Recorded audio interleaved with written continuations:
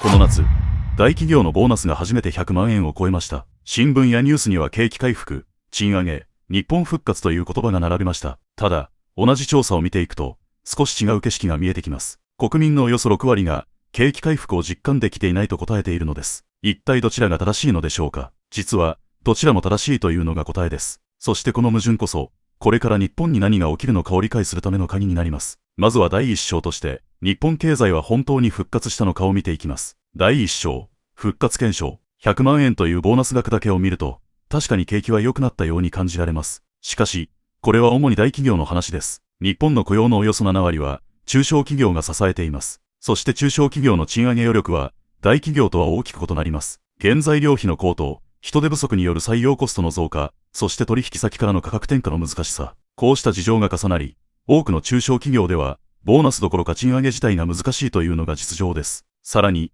大企業の好業績を支えている要因の一つが、円安です。円安は、海外で稼いだ利益を円に換算した時の金額を押し上げます。つまり、実際の事業が大きく成長したというより、為替の効果によって数字が膨らんでいる面があるのです。このように見ていくと、100万円という数字の裏側には、大企業と中小企業の間に広がる格差、そして為替という外部要因という、二つの構造が隠れていることがわかります。ここまでは、比較的よく語られる話です。格差が広がっている。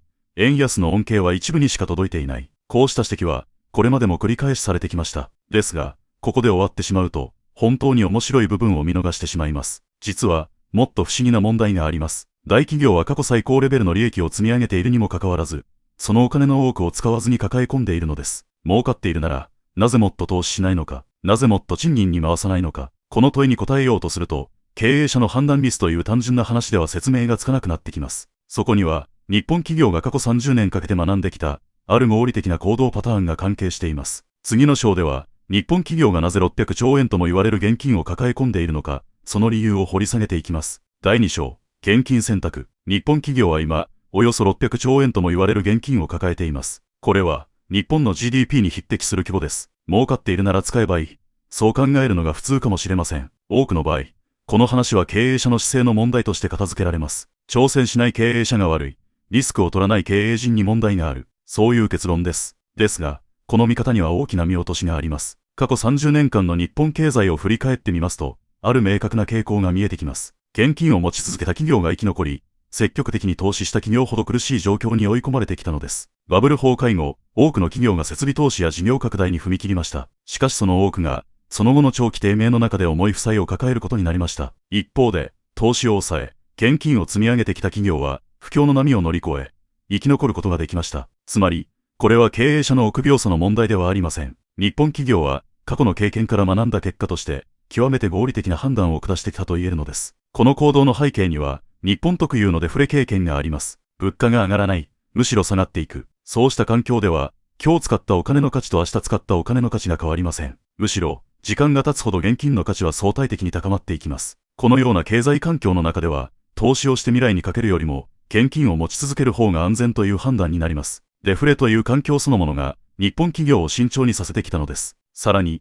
この慎重さを後押しした制度的な要因もあります。一つは、日本の解雇に関する制度です。日本では、一度雇用した社員を減らすことが、他国と比べて難しい仕組みになっています。公共期に人を増やしても、不況期に簡単に減らすことができません。そうであれば、企業はそもそも人を増やすこと自体に慎重にならざるを得ません。もう一つは、日本企業に多く見られる経営者の姿です。創業者ではなく、社内で昇進を重ねてきたサラリーマン経営者が、多くの大企業のトップに立っています。彼らにとって、在任中に大きな失敗をしないことは、大胆な挑戦をして成功することよりも、はるかに重要な意味を持ちます。大きな投資判断で失敗すれば、その責任は自分に返ってきます。しかし、何もせず現状を維持していれば、少なくとも致命的な失敗は避けられます。ここまで聞くと、多くの方が、なるほどそういうことかと納得されるかもしれません。デフレと制度が重なって、日本企業は現金を溜め込む生き物になった、筋の通った説明です。しかし、本当に興味深い話は、実はここからです。これまで見てきたのは、日本企業がなぜ慎重になったのかという理由でした。ですが、視点を変えてみると、全く違う問いが浮かび上がってきます。日本企業のこの行動は、本当に世界の中で特殊な現象なのでしょうか。それとも、これから他の国々も同じ道をたどることになるのでしょうか。第3章、先行実験。これまで見てきた日本企業の行動を、単なる日本特有の現象として片付けてしまうのは、実はもったいない話です。視点を大きく引いてみましょう。世界の経済成長というものが、そもそもどういう仕組みで成り立ってきたのかを考えてみます。近代以降の資本主義は、基本的に一つの前提の上に成り立ってきました。人口が増え続けるという前提です。人口が増えれば、働く人が増えます。働く人が増えれば、生産と消費が拡大します。市場が拡大するという見通しがあるからこそ、企業や国は借金をしてでも設備や事業に投資をします。そしてその投資が実を結び、経済が成長し、増えた税収や利益によって、借りたお金を返していく。これが、これまでの資本主義の基本サイクルでした。未来は今より大きい。だからこそ、今借りて、未来に返す。この前提が崩れない限り、この仕組みは回り続けます。ところが、人口が減少局面に入ると、この前提そのものが崩れます。働く人の数が減っていきます。市場そのものが縮んでいきます。そうなると、今借りたお金を、将来のより大きな経済で返すという構図が成立しなくなります。未来が今より小さいかもしれない社会で、借金をして投資をするという行動は、これまでのようには正当化できなくなるのです。つまり、人口減少社会というのは、単に人が少なくなるという話ではありません。資本主義が前提としてきたルールそのものが、根本から変わってしまう出来事なのです。そして、ここで重要な事実があります。この局面を、世界で最初に、しかも本格的な規模で経験している国が日本だということです。日本の人口減少は、これから他の主要国にも訪れる未来でもあります。中国はすでに人口減少局面に入り、今後さらに高齢化が進んでいくと見られています。ヨーロッパの多くの国々も、出生率の低下と高齢化という同じ課題を抱えています。長らく人口増加を続けてきたアメリカでさえ、出生率は低下傾向にあり、将来的には同じ壁に直面する可能性が指摘されています。つまり、日本企業が現金を抱え込み、投資に慎重になっているという行動は、日本だけの特殊な話ではありません。これから多くの国が直面することになる、人口減少下の経済という新しいルールに、いち早く適応しようとしている姿だと見ることができます。日本のこの30年は、失われた30年と呼ばれることがあります。ですが、見方を変えれば、この30年は、人口減少社会というこれまで人類が本格的に経験したことのない状況に対して、日本が世界に先駆けて向き合ってきた時間だったとも言えます。答えのない問題に、答えを探しながら手探りで進んできた30年です。そしてその過程で積み上がった経験や試行錯誤は、これから同じ課題に直面する国々にとって、大きな参考材料になっていくはずです。ここまでは、いわば現在から現在に至る流れの話でした。では、この人口減少という流れがこの先も続いていくとすれば、もっと先の未来では、一体何が起きるのでしょうか。次の章では、思い切って時間軸を広げてみます。100年後の日本で、価値のあるものは何なのか、今は当たり前だと思われている前提が、どのように書き換わっていくのかを見ていきます。第4章、価値転換。ここまで、日本が人口減少という新しい局面にいち早く直面してきた国であるという話をしてきました。この流れがこの先も続いていくとすると、もっと先の未来には何が起きるのでしょうか。ここからは思い切って、100年という長い時間軸で考えてみます。今、日本には大きな社会問題として語られているものがいくつかあります。空き家です。全国的に空き家の数は増え続けており、放置された建物が景観や治安の問題として扱われることも増えています。耕作放棄地です。かつて田畑として使われていた土地が、後継者不足によって使われないまま広がっています。中古設備です。工場や事業所で使われなくなった機械や設備が、処分もされずに残っているケースも少なくありません。これらはいずれも、今の社会では負債として扱われています。持っていても収益を生まない、むしろ管理コストがかかる、そういう厄介なものという位置づけです。ですが、ここで少し立ち止まって考えてみたいことがあります。この負債という評価は、本当に永遠に変わらないものなのでしょうか。価値というものは、常に希少性によって決まります。多くあるものは安くなり、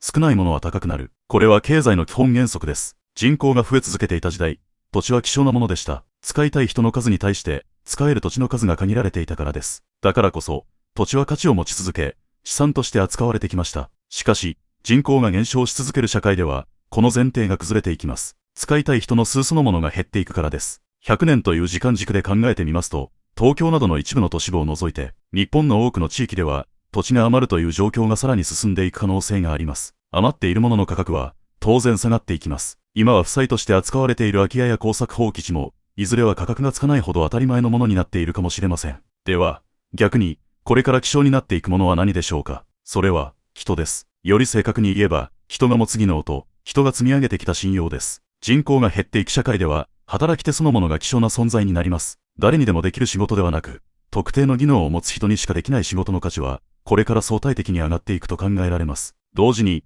信用というものの価値も高まっていきます。人口が多い社会では、新しい取引相手を見つけることは比較的容易です。しかし、人口が減っていく社会では、信頼できる相手そのものが限られてきます。長い時間をかけて築いた信用は、簡単には手に入らないからこそ、これからより大きな意味を持つようになっていきます。つまり、これから起きていく変化を一言でまとめるとすれば、こういうことです。土地が余り、人が足りなくなる。物を持つことよりも、人とのつながりや技能を持つことの方が価値を持つ時代になっていきます。今まで当たり前だと思われてきた、土地や建物を持つことが豊かさであるという価値観そのものが、静かに書き換わっていく可能性があります。では、こうした未来を前提としたとき、これから個人はどのように生き残っていけばよいのでしょうか。次の章では、税理士として多くの方々の資産や働き方を見てきた立場から、これからの時代に強い個人とはどういう人物なのかを、具体的に掘り下げていきます。第5章、適応戦略。ここまで、日本経済がなぜ複雑な状況にあるのか、そしてその先にどんな未来が待っているのかを見てきました。最後のこの章では、視点を変えます。国や企業の話ではなく、私たち一人一人が、これからどう生きていけばよいのかという話です。これから訪れる時代に強いのは、どのような人物なのでしょうか。私は、税理士として、これまで本当に多くの方々の資産状況や働き方を見てきました。その経験から見えてきたのは、これから強くなる人には、共通して2つの特徴があるということです。1つ目は、軽さです。軽さというのは、環境の変化に応じて、自分自身を柔軟に変えていける力のことです。例えば、AI をはじめとする新しい技術を恐れるのではなく、積極的に使いこなしていく姿勢です。学び直しを続け、必要であれば仕事内容や業界そのものを変えていく力です。一つの会社、一つの仕事に依存せず、転職という選択肢を常に持っておくことです。そして、本業以外にも収入の柱を持つ、副業という形での分散です。これらに共通しているのは、一つの場所に固定されないという姿勢です。時代の変化が早くなればなるほど、身軽であることそのものが大きな武器になっていきます。そしてもう一つが、根です。根というのは、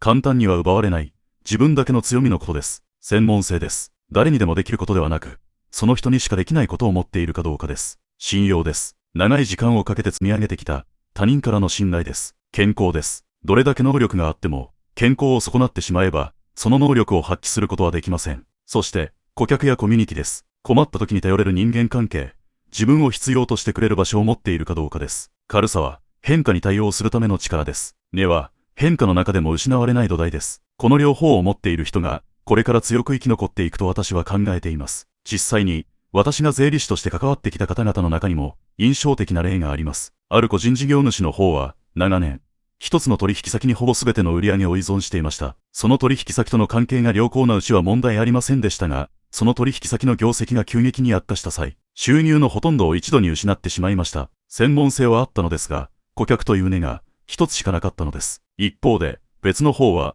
本業を持ちながら、少しずつ副業で新しい分野の仕事を増やしていました。本業の会社の業績が厳しくなった時も、副業から得ていた収入と、そこで築いていた人脈のおかげで、大きな混乱なく次の道に進むことができました。この方には、軽さと根の両方があったと言えます。こうした事例を見ていくとわかるのは、生き残る力というのは、才能や運だけの問題ではないということです。日頃から、軽さと根の両方を意識して育てているかどうかで、大きな差が生まれてくるのです。さて、ここまで長い旅をしてきました。ボーナス100万円という、身近なニュースから出発し、企業行動、人口減少、資本主義のルールの変化、そして100年後の未来まで話を広げてきました。最後に、もう一度、この動画の出発点に戻りたいと思います。ラスト、未来最前線、ボーナス100万円というニュースは、日本復活を告げるニュースではありません。これは、全員が同じように豊かになっていった時代の終わりを告げるニュースです。これから始まるのは、格差の時代ではありません。適応力の時代です。持っているかどうかではなく、変化にどう対応できるかで、これからの明暗が分かれていきます。そして、人口減少社会という、人類がまだ本格的に経験したことのない課題に対して、世界で最初に向き合い、答えを探し続けている国が、日本です。私たちは、衰退の最前列に立っているのではないかもしれません。もしかすると、誰も経験したことのない未来に、世界で一番早くたどり着いている、最前列に立っているのかもしれません。ボーナスの話を聞きに来たはずが、気づけば、これからの時代をどう生きるかという話になっていました。もしこの動画が、その入り口として少しでもお役に立てたなら幸いです。気になったらいいねとチャンネル登録をお願いします。